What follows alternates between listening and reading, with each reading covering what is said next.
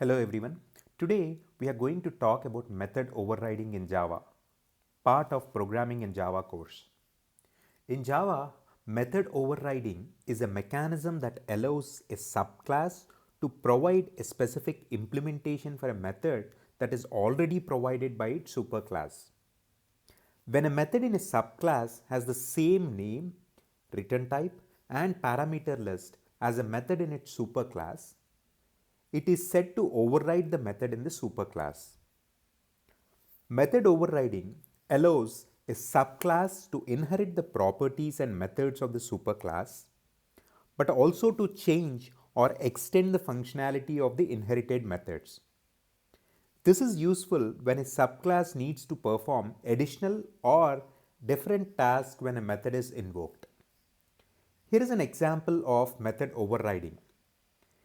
In this example, the circle class inherits the draw method from the shape class, but it provides its own implementation for the method.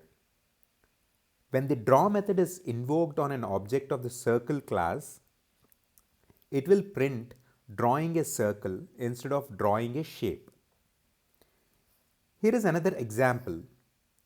In this example, the class fish is inherited from the move method from the class animal, but it's providing its own implementation of the move method.